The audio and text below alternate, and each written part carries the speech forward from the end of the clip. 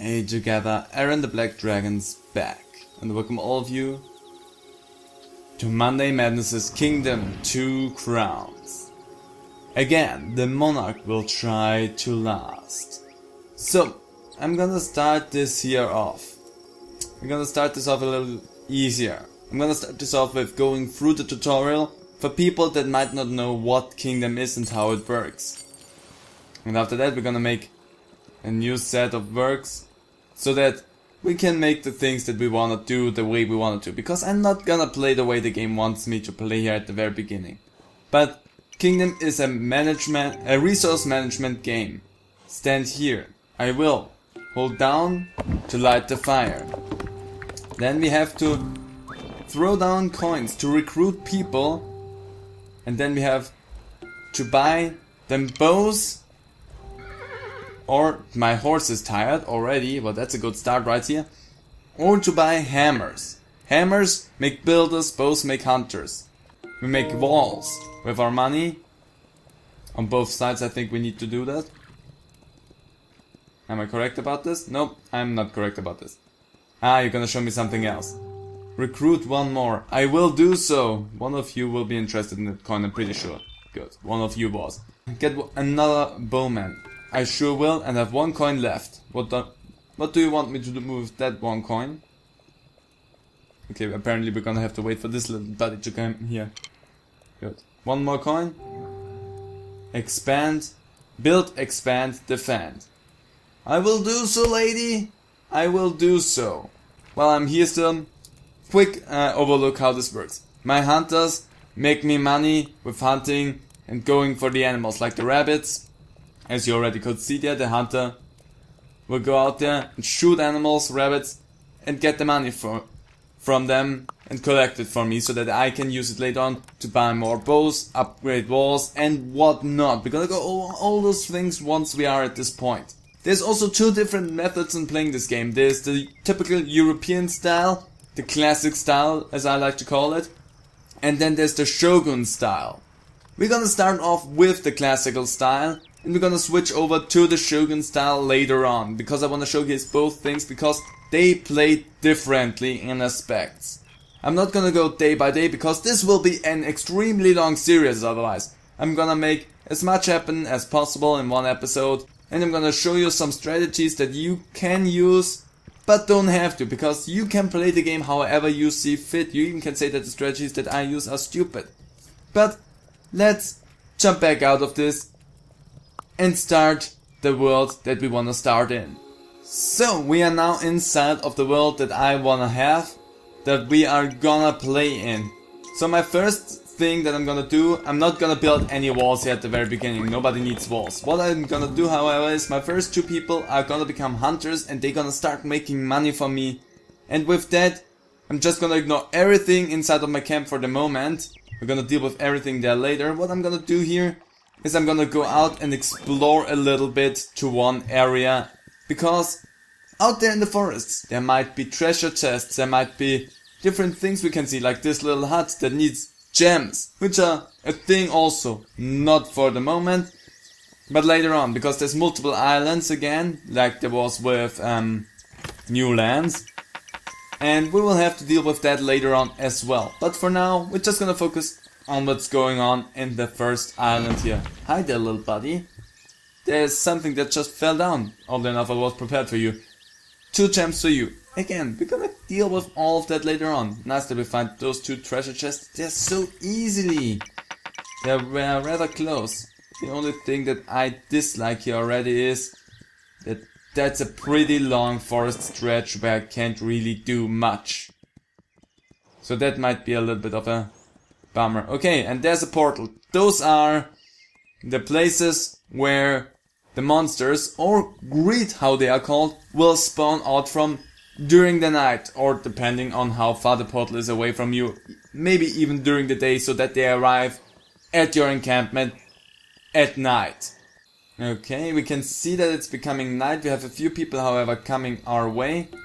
And I have a few more recruitees that I'm gonna make into bowman. I don't wanna have anything else for the time being other than bowman. I know that there's 2 more coming. There's 1 more at least. You come here. Beautiful. And because of the first night, we're not gonna have any walls. Yeah, make that. We're not gonna have any walls, and that's on choice, because you can survive the first night without having any walls. That's not a problem that you're gonna have there. Later on nights, you wanna have walls, but I'm not gonna build them out normally because they cost money. They cost you 3 coins. If you just upgrade your camp to the next stage here, we will automatically build walls with that upgrade for the first layer of a camp. That's always what I'm going for, and that's the strategy that I've always encompassed, and it really helped me a lot to this day. So we have a few people that don't have any jobs, so let's buy them some hammers, and I don't think I have the money needed. Barely, see? And now we have back this little wooden fence, and now they will also make a little fence there for us. So with the next night, we are basically safe. Also, something that I didn't do right now, but we're gonna do in the future is, once night falls and we had our attack, what we can do is, once the attack is over, head out and just deal with things we want to do outside of our encampment. We don't need to wait for the day to break. We can go outside as soon as the attack is over. So something that I want to do is start expanding and cutting down trees so that we have bigger hunting grounds. Also, something that I really always like to see is the fact that if you do the intro, you see this break behind you when you run past it.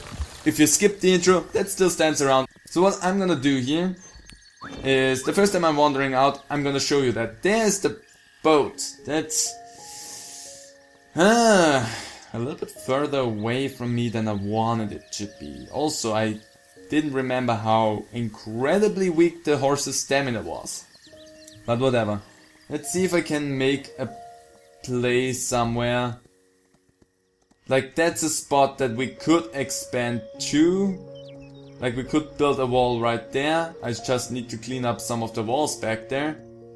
And then we would have the camp inside of a village. And we also would have the boat inside of a village, which is essentially something that I want to have. And maybe I should show that, because we're here. One side will have just a small portal. Oops, stood there too long. This is a big wall portal, a stone wall portal, which is basically like the end game for each island, because there's multiple islands. Each island has its own huge stone wall portal. And it's basically end game for you to destroy those portals and everything that lies within them. You should probably get going, because there's a little greed hobbling our way, and I don't necessarily want to have you out there when that greed is jumping into our faces. So let's make ourselves another worker and just build a few bows. Come on, you jump against the wall. As you can see, the walls help us a little bit with defending against them. Good, attack's over, we can now run out. Be careful, however, when running out. If you're not sure if the attack is fully gone, maybe don't run outside, but just walk. Because if you're not completely sure that the attack is over, you might run into some greed when you just dash heads over heels out there. So, I am to the place where I want to expand to. The thing that I'm gonna do here is I'm gonna cut down the trees inside first. And maybe like the first 2 or so on this side as well. Just to get things going, because what I want to have expand as well is the grassland. Because if you don't look out for a grassland, there won't be any hunting grounds developing for you. Inside of your kingdom, they are basically irrelevant, other than there is a food source for your horse or your mount, so that you can run through your whole kingdom without running out of breath. Outside of your kingdom, bunnies will spawn, rabbits will spawn, and they are your money source during all of the days of kingdom except for winter, which will be brutal. We're gonna go over that once it hits. We have a long time until that happens, however. Always make sure that before you build a wall, you have grass on either side far enough so that it can keep growing. Because once you build a wall, essentially the length of my horse right here will destroy all of the grass areas. So be wary of that and don't just willy-nilly build walls, because that can cripple your economy tremendously. So I'm gonna plop down like 4 coins right there. That should be more than enough to pay off the greed. See, there they are already, and I think they are actually already all got there, so we can actually just expand as far as we want. We just need to be a little wary because we are really close to the wall portal, which might backfire potentially if we're not careful enough, but shouldn't be a big deal. So again, I'm gonna wait here now a little bit so that the grass expands before I tell them to build a wall here, because it might end badly for us otherwise. So I feel comfortable with telling you now to make here a wall, because the grass is far enough inside of the kingdom. And there we go, we have a wall, we have a little bit of grass. That should be more than enough that we have spread inside of a kingdom. If not, well, whatever. So I'm making a big wall here because there's the stone portal over this way, and I want to have as good as a defense on this side as possible. Let's see. Nope, no, the grass actually spreads. Lucky me, I thought I killed it. But yeah, now we have the boat, we have the statue in here that we can't do anything with. Also inside of our kingdom. So we actually have a really good and strong position here. So now let's pay off the boat, and with that, there's something nice to that, and that is first island. The first time you build the boat, or in general on the first island, if you build the boat, you get all the pieces for it instantly. You get a freebie, you just have to pay it once and it's done. Later islands are not that kind anymore. Later islands will make you pay more and more for the boat. What we have here, by the way, is a farm. I'm not gonna really utilize farms a lot because of the things that happen to farms in winter. We're gonna again go over all of that once it's necessary. For the time being, we don't need to worry about that. This is the banker. We can give him coins, however many we want. He will store them. However, if you go to the banker and give him 10 coins, he will deposit them inside of the bank, where a little money amount will start to rise. I don't have enough to show it again, I guess. But the important thing here is, if we have a lot of money and we want to give it to the bank and don't want to have him give us money back, we won't want to give him 10 coins and he won't give us any money back. Like if I stand next to him, he doesn't throw any money towards me. With 10 coins given, the banker just saves all the money you give him for the rest of the day. So also use that in your best interest. Every coin that you give him will be saved. If you give him 1 coin, he will save that 1 coin. It's not lost just because it doesn't do the animation. I know the first episode is probably the most drawn out because I'm explaining a lot. The next few episodes will go a little quicker paced. But I want to get as much information out at once in one episode, so that we don't have to concern ourselves with this little annoying detail later on, so that I can just go over small overall details as they come by, and I don't need to constantly say stuff that we should know already.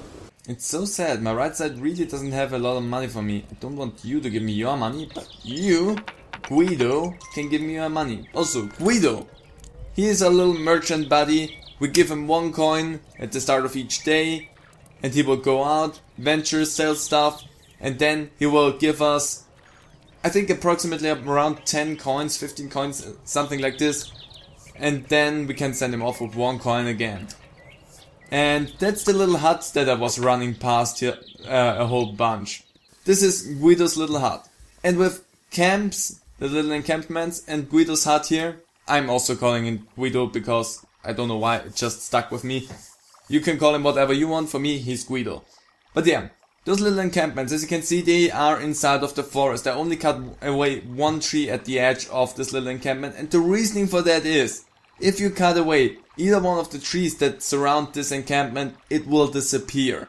In the first island you can just make mad pushes and don't need to worry about that, and you can go way beyond them without needing to destroy them. In later islands that might not be a feasible option anymore, and you might need to destroy a few of those encampments on your way to get closer and closer to your end goal. Something else that just popped up here. If you want to expand here, you'll need stone. We don't have stone. We don't find it anywhere here. But we need stone to expand. That is where traveling around comes into play. So let's fend off all them greed. You're doing a good job there. Look at this epic battle. Beautiful. And I think with that, I'm gonna leave the first episode right here. I know slow moving, but trust me, the next few episodes will be so much faster moving, and I will only go over certain details as they occur. So, I hope you guys enjoyed the first episode. If you did, I would leave a comment down below. I really would appreciate that. I hope to see all of you in my next video. So, bye!